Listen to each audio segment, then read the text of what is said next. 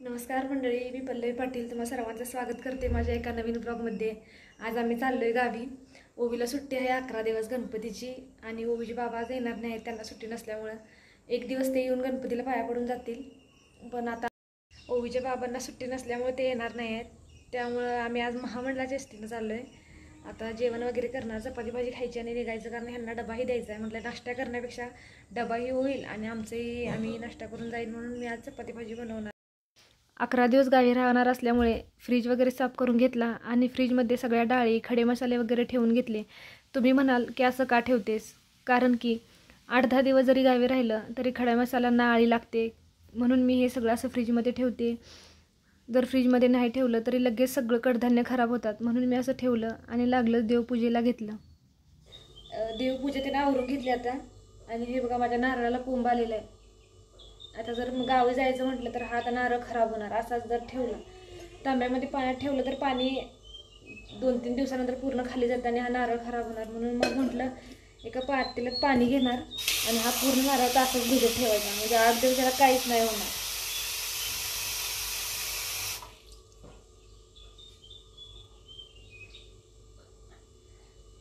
आता ह्यामध्ये असं ठेवलं ना तर याचं पाणी जरी होईल कमी, पण थोडं प्रमाणात होणार, पण नारळ हा खराब नाही होणार। त्यामुळे जर तुम्ही कुठे असं जर जात असाल तर ना तुमचा नारळ असं पाण्यामध्ये ठेवलं तर तुमचा नारळ खराब नाही होणार। देवपूजा त्यानं आवरून घेतली आणि इकडे चपात्या बनवायला घेतलं। बाकीचं सगळं जेवण झालं होतं, फक्त चपात्या राहिल्या होत्या। 9 वाजले तरी अजून ओवी उठली नव्हती आणि 10चीच गाडी होती। ओटा वगैरे साफ करून घेतला आणि मी ओवीला उठवायला गेली तर ती काय उठायचं नावच घेत नव्हती। ओवी जायचंय का नाही? 9 वाजल्यात। हा 2 मिनिटात उठ। ओवीला उठवलं खरं, पण तिला उठवता उठवता 9:30 कधी वाजले काय समजलंच नाही। डबा वगैरे पॅक केला आणि लागलं चपाती भाजी खायला घेतली। 10 वाजायला फक्त 5 मिनिटं कमी होते, म्हटलं चला लवकर गाडी चुकायच्या आधी आपण निघूया। चपाती कशी बशी खाल्ली आणि आम्ही निघालो स्टँडवर जाण्यासाठी।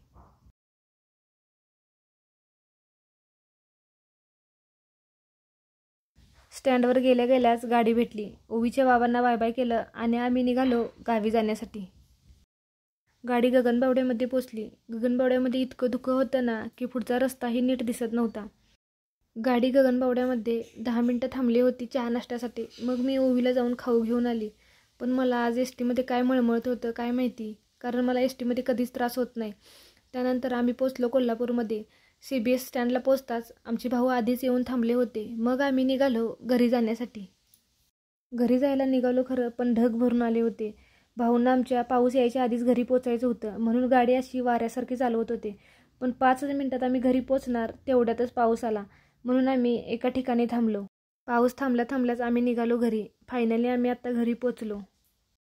आज खूप मस्त वाटत होतं, कारण गणपती येणार होता उद्या आणि आम्हाला डेकोरेशन करायचं होतं। दरवर्षी आमचे भाऊच डेकोरेशन करणार, यावर्षी मी आणि ओवीही त्यांना मदत करणार होतो।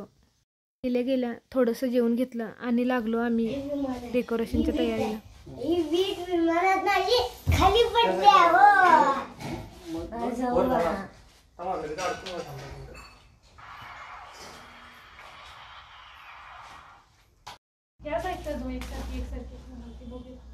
लावा मग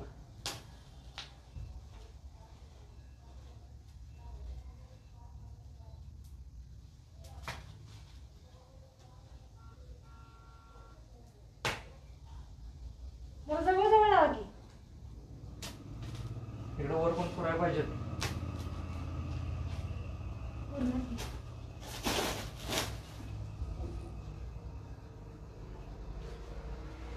लय चिटकून लावू नको असा पडलो, म्हणजे जरा असं सुट्टी दिसायला पाहिजे पडलं ते खाली।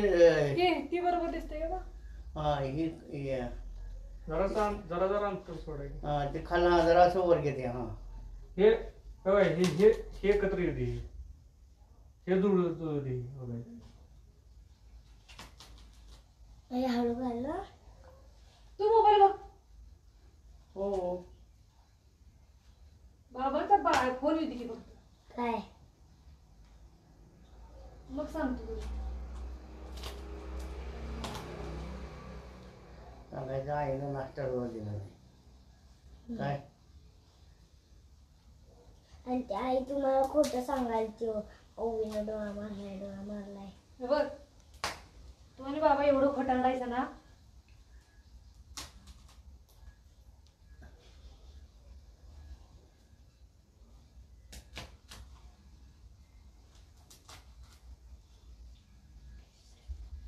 मध्ये गॅप ठेवला तरी चालला असता. झालं हे त्या तिकडे कोपऱ्याचं बघायचं नाही.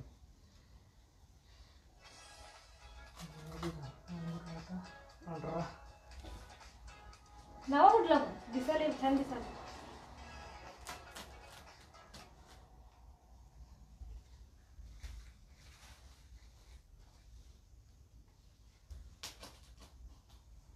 पांढरं लावलं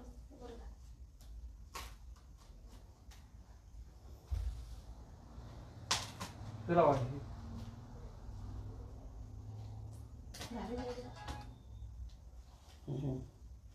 मार झाली घ्या.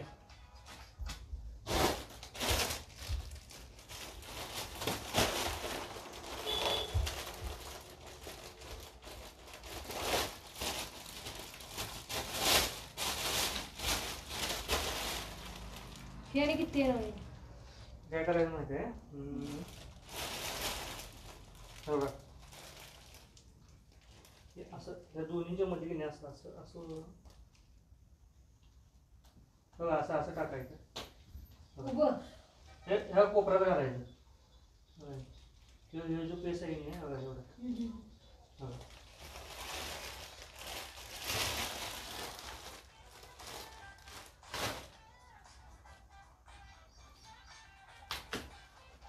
कडू असं पूर्ण ह्याच्यावरून टेकलं तर चालतंय. त्याचा एक स्टिक आहे की नाही त्याला टेकली तर चालते. तसंच केलं.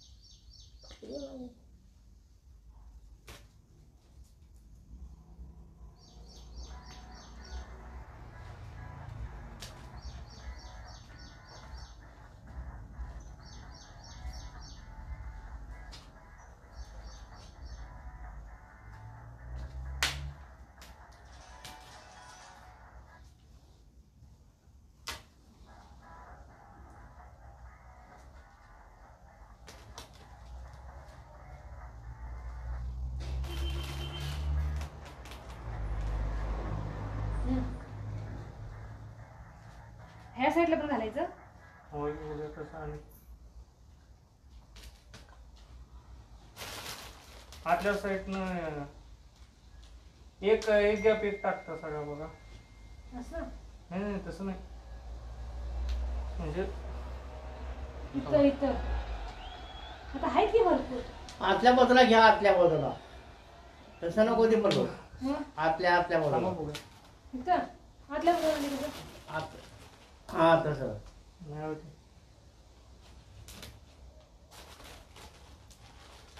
आई माझे स्वप्न आहे का काय आहे?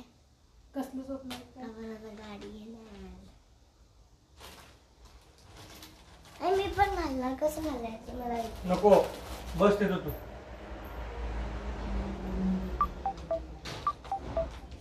ओवी बस देतो तुला नाही जमत ते. आता बघा हो असं असं क्रॉस मध्ये टाका. तिरकं बाहेर करतो करून. बघा असं हे बघा असं. हे बघा असं. ए कसं पण नको हो. मला म्हणून दे ना. जर ते पडलं खाली तर तुला मी सांगतो. तू ओव्या काय खिडी घे. नाही मला करायचं आहे. तू नको तू मोबाईल घेऊन बस पाहिजे. नाही. काय नाही नको.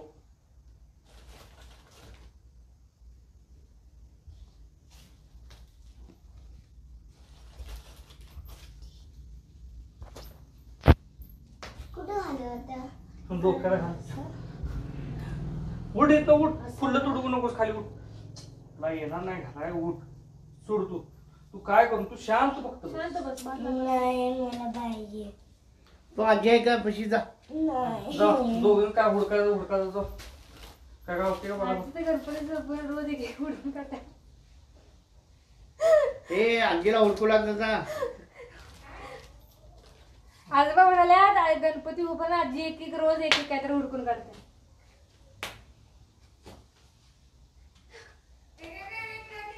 गावलो बघ आजीला खायला. काहीतरी गावाला.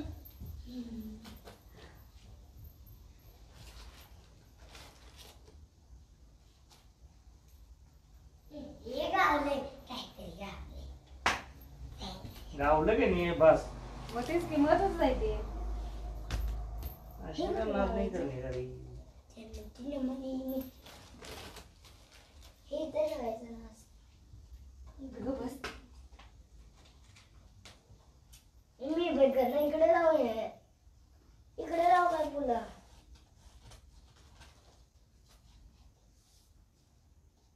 उठ. मला पाहिजे. मी घालू.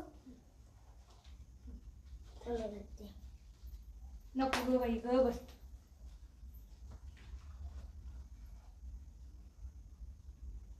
जीव आहे अंगात. जाऊ जाऊ बस. जाऊ जाऊ. पाडशील ते गप्पाशी इकडे येतो. उठ तू. पहिले आमचं डेकोरेशन झालं. मग म्हटलं चला 4 वाजले तर चहा बनवूया.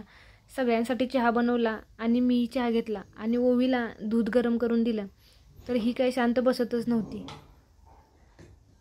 ते सांडलं कुणी? असं म्हणजे हे कसं सांडलं? हे असं हे करत होते द्यायला पडले. बस इथे खाली बस. थांबा आजोबा आपण दोघं जाऊया.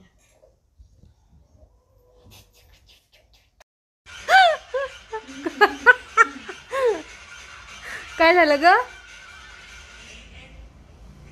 अडकलं काय? ते अडकतंय ना. ओवी ती गाण्याच्या संगीतावरती कसं लागतंय बघितलंस काय? काळोख व्हायला पाहिजे मग दिसणार. तिथं आणि गेलीस काय ते घेऊन. अगं तिथं आणि अडकतंय.